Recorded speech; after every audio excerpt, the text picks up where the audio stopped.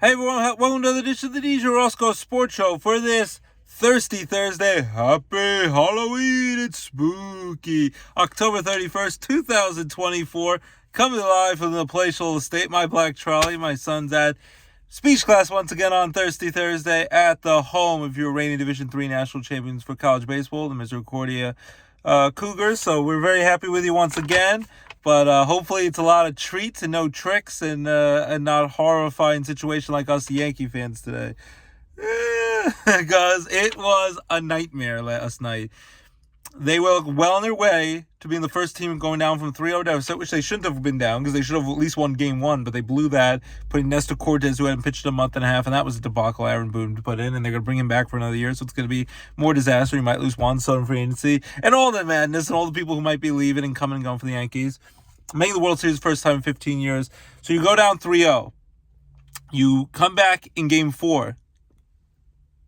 And you do great. Anthony Volpe does amazing.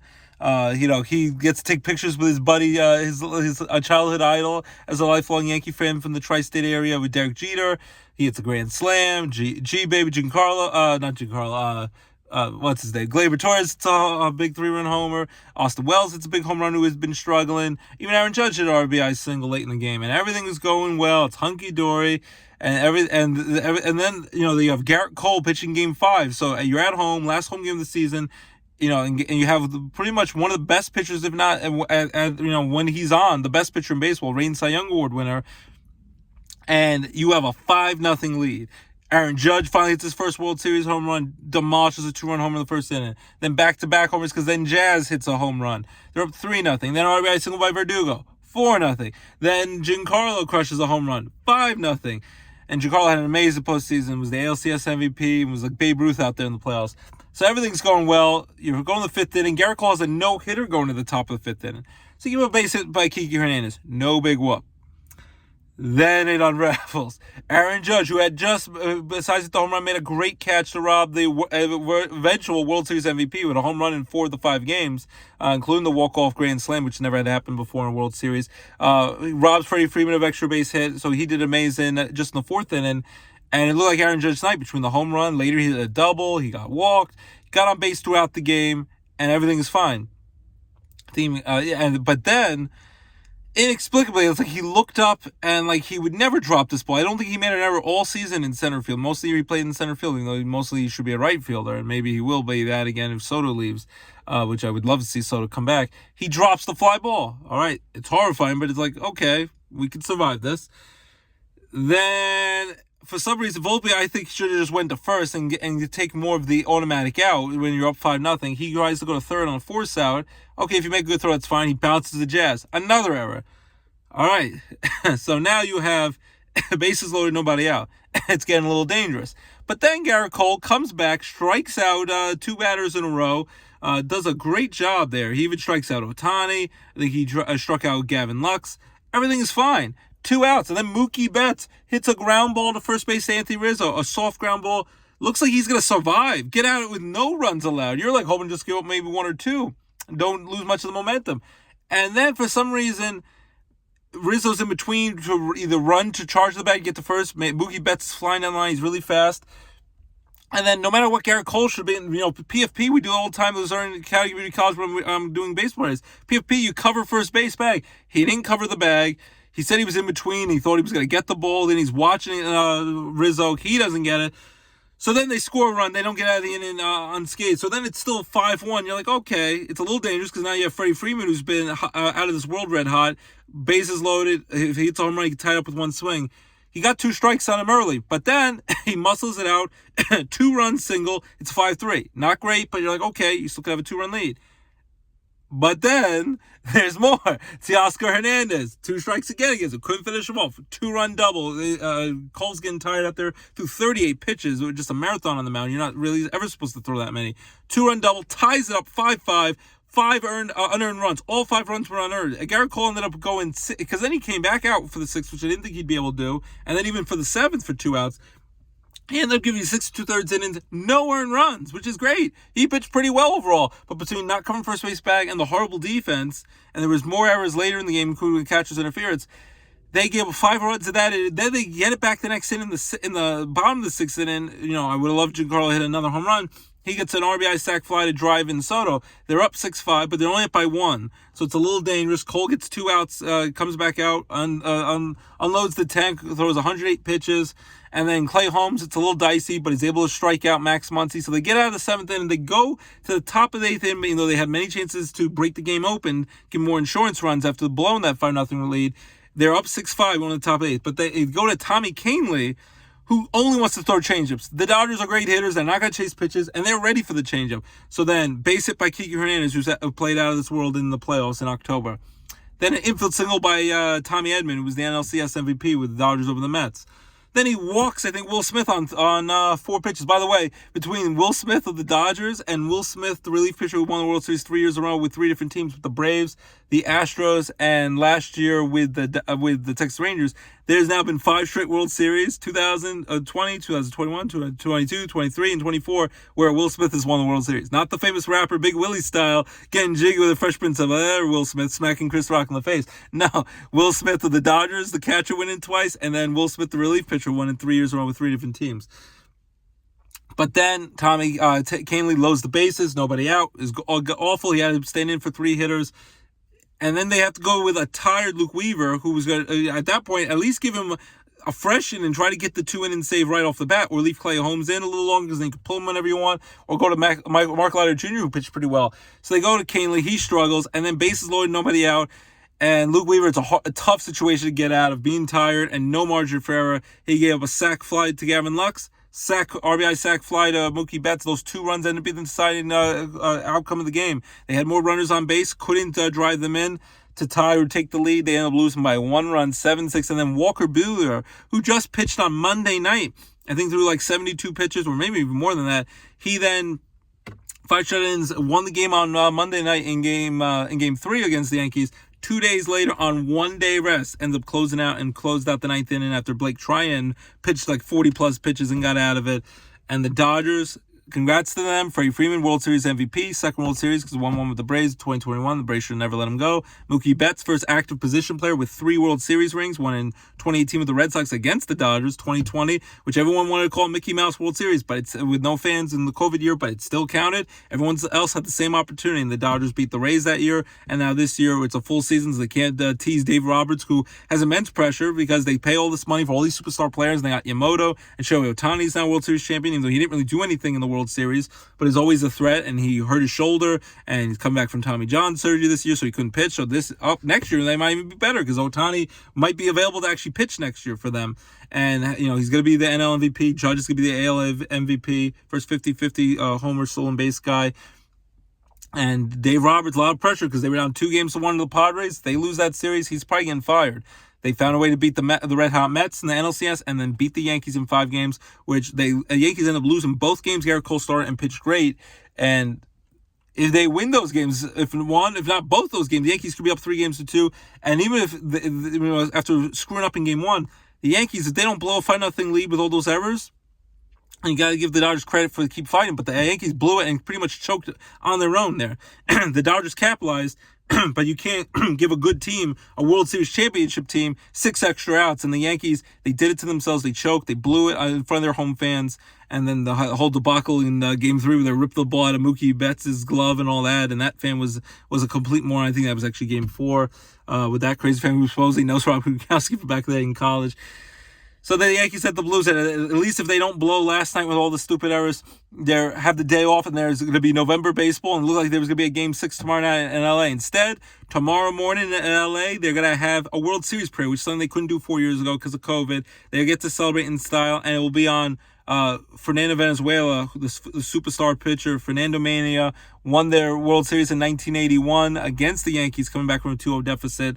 Won in 6 games, was the Rookie of the Year and Cy Young Award winner that year, and then passed away right before the World Series. And his birthday is tomorrow, Friday, November 1st. He would have turned 64 years old, passed away just before that at 63. And I'm sure they'll have a lot of honors and ceremonies to commemorate Fernando Valenzuela. They have a patch on their jersey, and they'll have it next year as well. And they are now the reigning World Series champions. So congrats to the victors, go to the spoils. Yankees screwed up. We'll see what they do in hot stove free agency. trade, signing. Jazz will be back. Glaber Torres is a free agent. Clay Holmes is a free agent. Juan Soto, of course, is the big free agent. He's very uncommittal, and pretty much whoever wants me most, pretty much whoever pays him the most, he'll go to. And I don't know if the Yankees will be willing to do that with Aaron Judge and Garrett Cole and all the big market contracts. So, great season for the Yankees, horrible ending, horrible choke job, even a better season for the Dodgers, who win their second World Series in 5 years. First World Series in a full season since 1988, so they can't call this a Mickey Mouse COVID champion, but even that, I count 2020, and then congrats to the Dodgers for winning the 2024 World Series. And Freddie Freeman's a great guy, class act on and off the field, so congrats to Freddie Freeman. All he went through physically with his ankle issues, and then his son, who was very sick in the ICU, he had to stay away from the team for a little while, Freddie Freeman, so he could take care of his son. And he's supposedly a great guy on and off the field, and couldn't have been a better guy. Tied a record for most RBIs in a World Series, 12 with Bobby Richardson in 1960 when the Yankees lost to the Pirates on the Bill Mazeroski home run.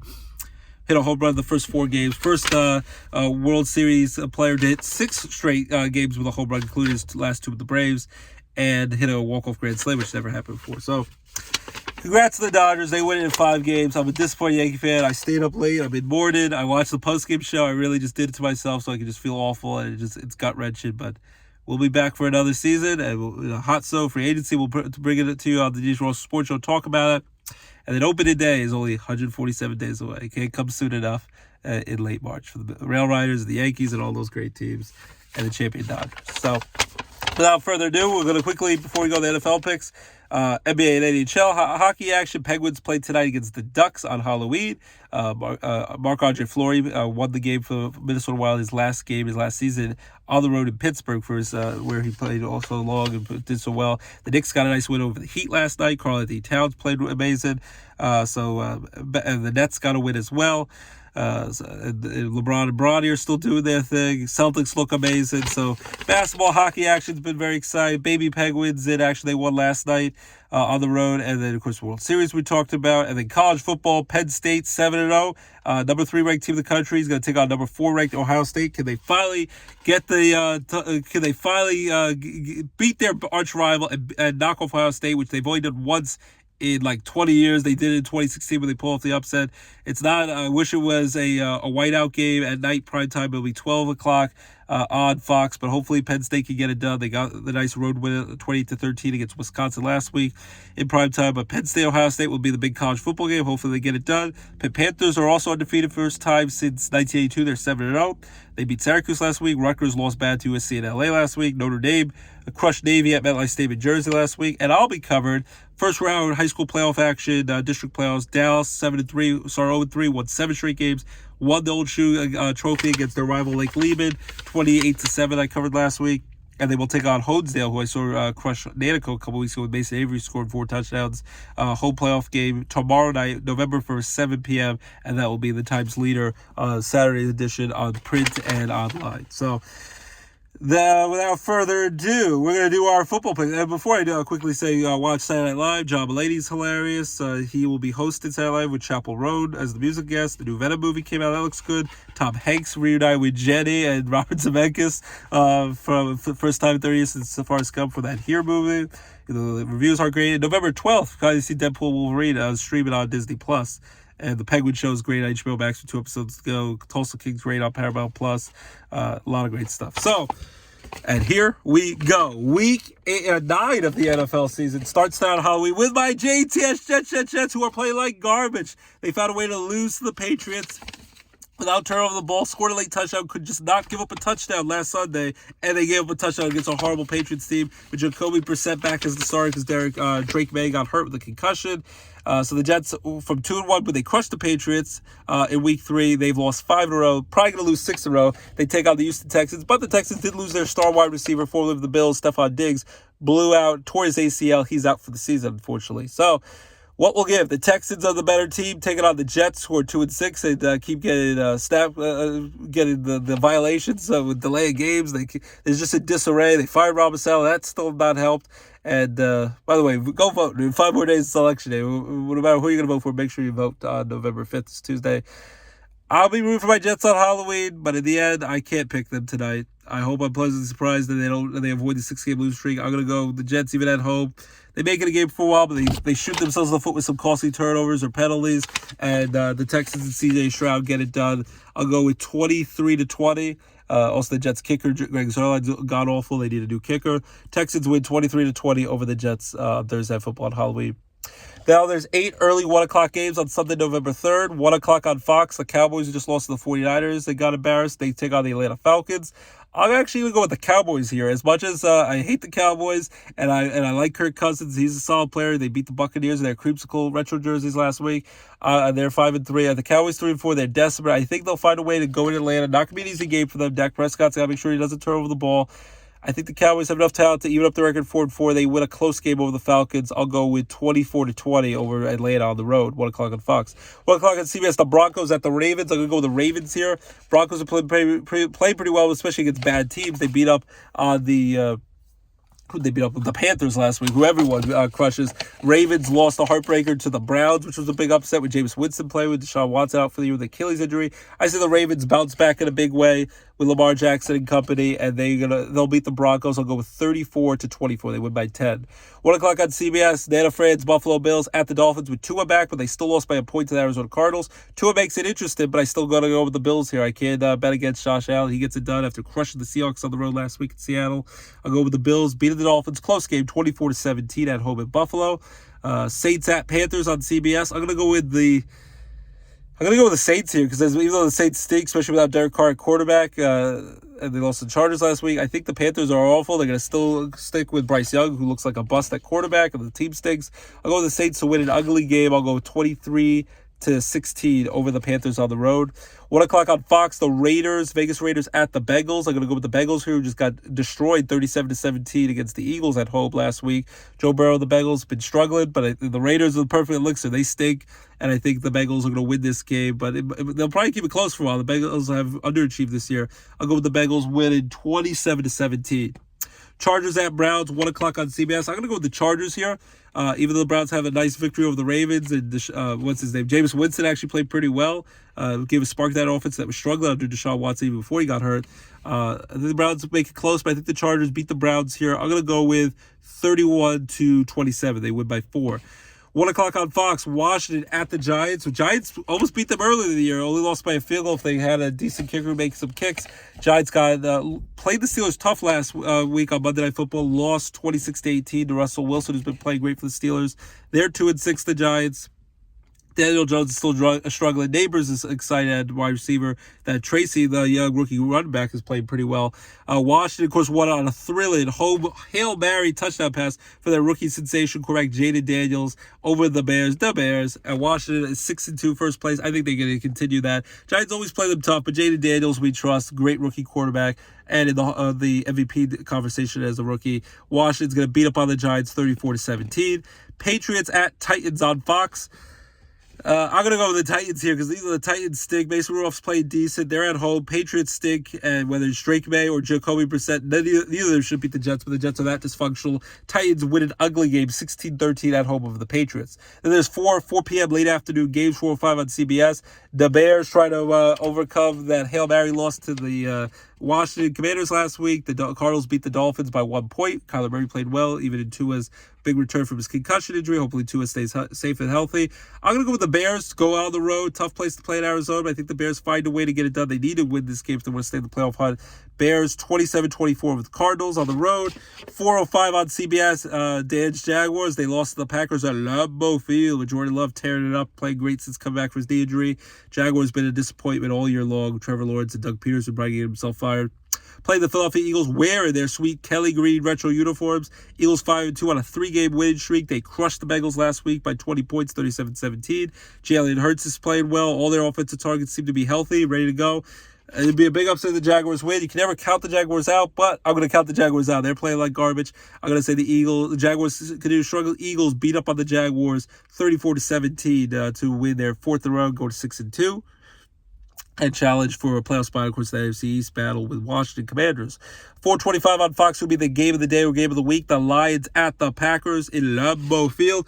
It could go either way. Packers at home, you might give them a slight advantage. I'm going to say the Lions continue to stay hot with Dan Campbell, Jared Goff and company. They win a close game over the Packers, 27-24, but it's going to be a big NFC North rivalry bloodbath in that game. 4:25 on Fox is the LA Rams at the Seahawks. Seahawks got destroyed by the Bills last week at home. I think they're 4-4. The LA Rams are 3-4, and they got Cooper Kupp and Pua. There's two star wide receivers back. Offense explosion now with Matthew Stafford and Sean McVay with their star healthy receivers. Beat up on the Vikings last week on Thursday Night Football was a nice win. I think the Rams, they're going to be tough here against the Seahawks. I actually go with the Rams here. I was going to go back and forth here. Seahawks at home are a tough place to play, but they're struggling and a bit up and down with Geno Smith and company and the team. I think the Rams, if Cooper Kupp and Pua stay healthy, and the trade deadline's on Tuesday on Election Day, looks like if the Rams stay in the hunt, they'll keep their star receiver, Cooper Kupp. I think the Rams beat the Seahawks in a big NFC West rivalry game. I'll go with 26-23. Then Sunday Night Football, 8:20 on NBC and Peacock. The Colts at the Vikings. They're going to start Joe Flacco, the Colts, who's been playing much better. They bench Anthony Richardson, say he was tired during the game. He's been struggling and hurt throughout. Play on the road at the Vikings, who are 5-2. I'm going to say the Vikings get off the schneid. Joe Flacco gives them a legit chance, but I think the Vikings have lost a couple of heartbreakers. I think they come back with Sam Darnold and company at home, and they win it and win and get 6-2. I think Vikings win 27-20 by a touchdown over the Colts. And then Monday Night Football on Election Eve, November 4th at 8:15 p.m. on ESPN ABC. Should be an excellent matchup. Tampa Bay Buccaneers at the Chiefs, who are 7-0, the last undefeated team in the NFL. In Kansas City, we'll see if Taylor Swift's there. She's not done with her tour. Baker Mayfield always gives the Bucs a chance, but they have a lot of injuries at receiver with Godwin out for the season, and Evans with the hamstring injury is going to be out. They wore those sweet creamsicle jerseys, lost a close one to the Falcons last week. Tampa Bay could pull off the upset, and the Chiefs at times have looked ugly. They barely beat the Raiders last week, but I think the Chiefs find a way at home to continue to stay undefeated at 8-0. It'll be ugly, but I'll go with 27-24 and a Harrison Buckner winning field goal, so the Chiefs will win. So again, my picks for this week are Texans over the Jets, Cowboys over the Falcons, Ravens over the Broncos, Bills over the Dolphins, Saints over the Panthers, Bengals over the Raiders, Chargers over the Browns, Washington over the Giants, Titans over the Patriots, Bears over the Cardinals, Eagles over the Jaguars, Lions over the Packers, Rams over the Seahawks, Vikings over the Colts Sunday Night Football, and on Monday Night Football on Election Eve, Chiefs over the Buccaneers to stay undefeated. So, take two, call me the morning is not the tuba, and things that nature, hasta la vista, baby. So that's my picks. You agree, disagree, love to hear from you, DJ Roscoe Sports Show. Your home for all your favorite sports and entertainment talk right here on DJ Roscoe Sports Show. Have a happy and healthy, safe Halloween. It's the Monster Mash, the Monster Mash. It was a graveyard smash, the Monster Mash. I'll keep it spooky this year. Or Nightmare Before Christmas. This is Halloween. This is Halloween. And so a lot of great things. Also, Despicable Me 4, stream it on Peacock if you want to watch that for free. And Harold and Kumar. I'm going to say Harold Kumar. No, that's the fun stoner comedy. Harold the Purple Crayon from the writer Crockett Johnson, the childhood story, is on Netflix. So two family-friendly child and also just family-friendly kid movies that you can watch with the kids are available today on Netflix stream for free on Netflix and Peacock. Wild Robot was great. We saw that with the kids animated. The new Transformer cartoon was great. And I'm excited to finally see Deadpool Wolverine stream. And I want to also see Deadpool, the new Beetlejuice as well. He just hosted Saturday Night Live. So, again, make sure I have a happy and healthy, safe Halloween. Enjoy the candy. Take the dad tax, the parent tax, get those Reese's peanut butter cups I love, and the cookies and cream Hershey bars. Enjoy Halloween. Happy November. Sad as a Yankee fan. And then make sure you go out and vote on November 5th. And keep it locked to the DJ Roscoe Sports Show for all your favorite sports and entertainment talk right here on the DJ Roscoe Sports Show. Have a great weekend. Happy Halloween. And bye-bye.